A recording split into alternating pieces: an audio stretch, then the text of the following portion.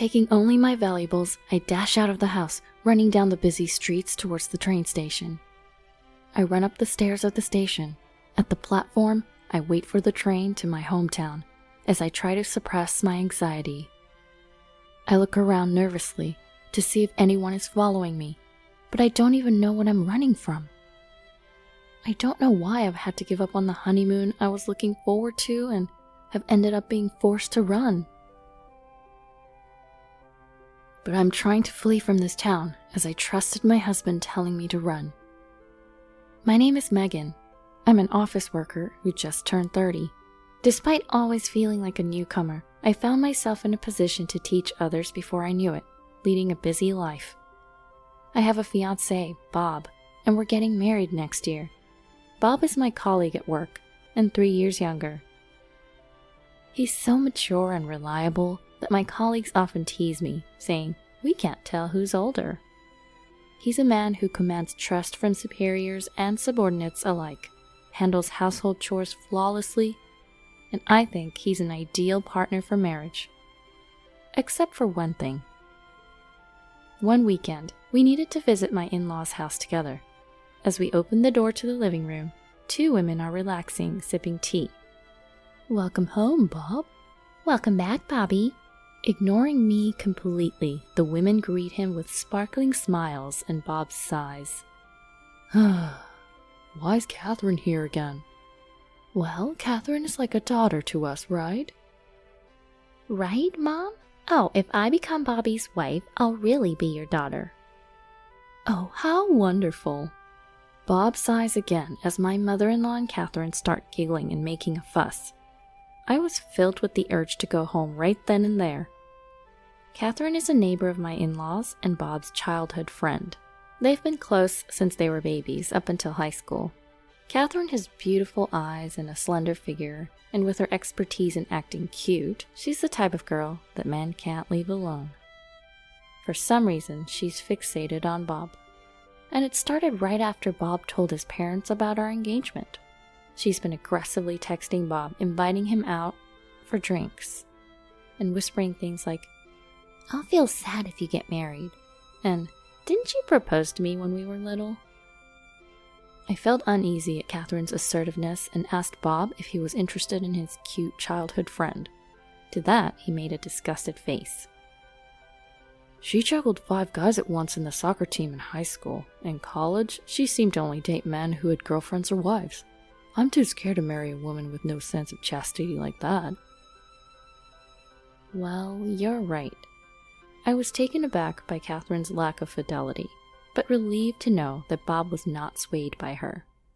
But my mother-in-law is on Catherine's side. She's trying to push me out by flaunting her closeness with Catherine. Apparently, she doesn't like me because I'm older than her son, taller, and work too hard for a woman. She seems to be unaware of Catherine's wildness and thinks that Catherine, who at first glance appears elegant and obedient, would be easy to handle and boast about as a daughter-in-law. Because of those two, we faced the worst possible experience at our wedding a month later. Unbelievably, Catherine, who wasn't even invited, showed up at the reception. And she wore a pure white dress, which of course only the bride is supposed to wear. Of course, it wasn't as lavish as a bridal gown, but the fact that it was white didn't change. And she was the center of attention in the venue in many ways. What was even scarier was that during the reception, she had the audacity to sit at the family table where my mother-in-law was. During our slideshow, and even during our friends' speeches, I couldn't help but be bothered by her chatting it up with my mother-in-law. When they approached our table at one point, my husband argued with them, as he tried to hold back his anger. "Catherine, you weren't invited, and you're wearing a white dress. And sitting at the family table, what the heck are you thinking? What are you doing, Mom?" "But it's my childhood friend's wedding. I can't not celebrate it, and white matches my skin the best." "Oh, I agree. The white dress looks really good on your fair skin. You look the best in this venue. I requested the seat because you forgot to prepare it. Don't worry, I'm sharing the meal with her." Ugh. My husband, unable to vent his frustration, looked down in despair. Looking at my father-in-law, who was at the family table, He had an apologetic look on his face. Although my father-in-law is a decent man, he's weak-willed and probably got bulldozed over by his wife. We've been eagerly preparing and looking forward to this day for nearly a year.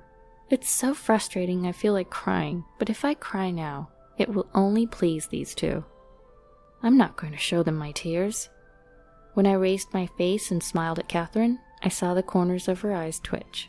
Coming to celebrate even though you weren't invited? Catherine, you're really thoughtful of your friends, aren't you? Huh? Catherine grimaced. And it's so nice of you to share half your meal. Please do share half of your favorite filet mignon as well. Oh, my mother-in-law's eyes wandered. Oh, it's almost time for me to change outfits, so please step back. I'm sorry I'm so busy. I mean, I am the main event after all. With that said, and showing a calm smile, the attendant who was with me said, Can we please let other people take pictures with the newlyweds, please? And kindly moved them out of our way. I was grateful for her excellent work. Catherine glared at me for a moment with demonic eyes, but then immediately plastered on a cutesy, idol-like smile and left. I'm sorry I'm not the weak woman who would cry and wail.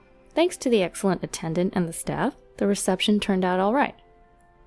I was exhausted, but aside from those two, I received heartfelt blessings from everyone else and was able to fully appreciate the happiness. We didn't start living together right after our marriage.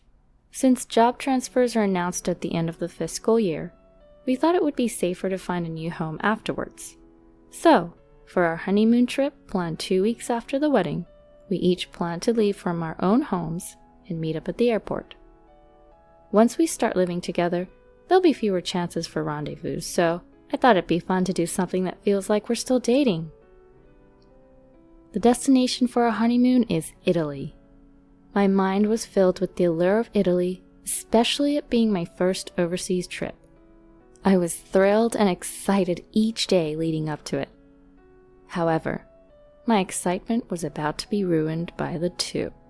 On the day of the honeymoon, while I was nervously opening and closing the suitcase, checking that I hadn't forgotten anything, I got a call from my husband. Hey, what's up? We're meeting up at 1 p.m., right?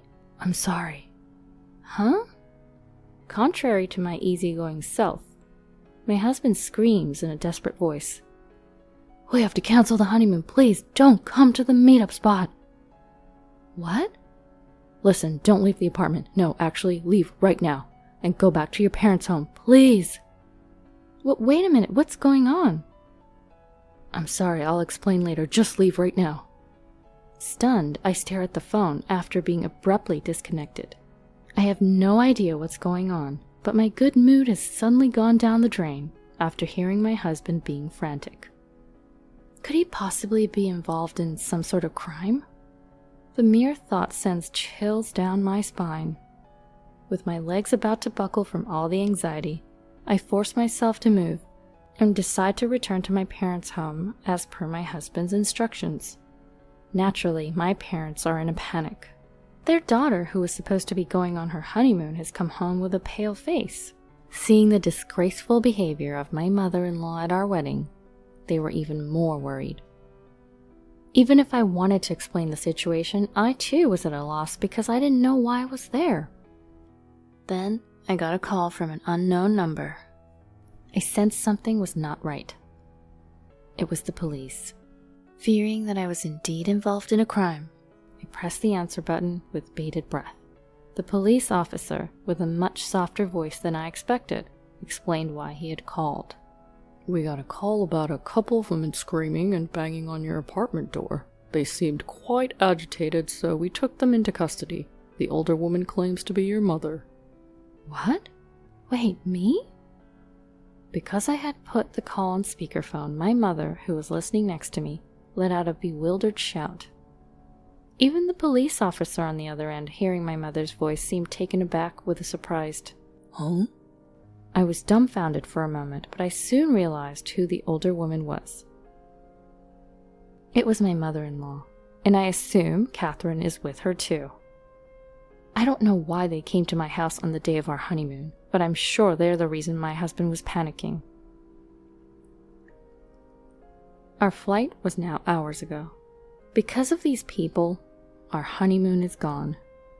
No Venice, no pizza, no pasta, no tiramisu, no maritozzo, all of which I was looking forward to. This is awful, just awful. I'm never forgiving them. My mother is sitting right next to me. Those people are complete strangers, I stated firmly to the police officer. Hold on, Megan, it's me. I could hear my mother-in-law screaming from the other end of the phone, but the officer must have sensed something as he smoothly ended the call with, "Thank you for your cooperation." I suspect that my mother-in-law and the others came to my apartment with the intention of causing me harm. How crazy is it that they would claim to be my mother when they're in trouble? Several hours passed.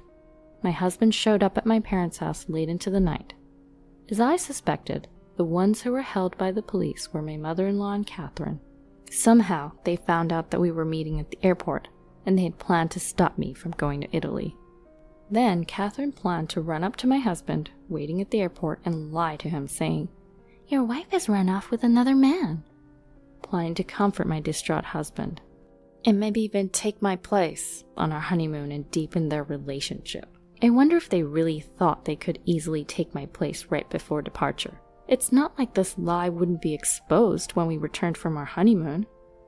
What short-sighted thinking, I thought. But their dreadful plan didn't end there. After stopping me, they intended to take me to a man my mother-in-law had chosen. To my mother-in-law's 50-year-old unemployed brother. For that purpose, they had Catherine's cousins waiting in a car, which gave me chills. If this plan went through with my mother-in-law's brother and me, and my husband and Catherine, my mother-in-law thought we probably wouldn't be able to stay as a couple. It was a terrifying plan.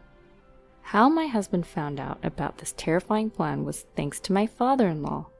He happened to hear my mother-in-law and the others making plans and secretly contacted my husband.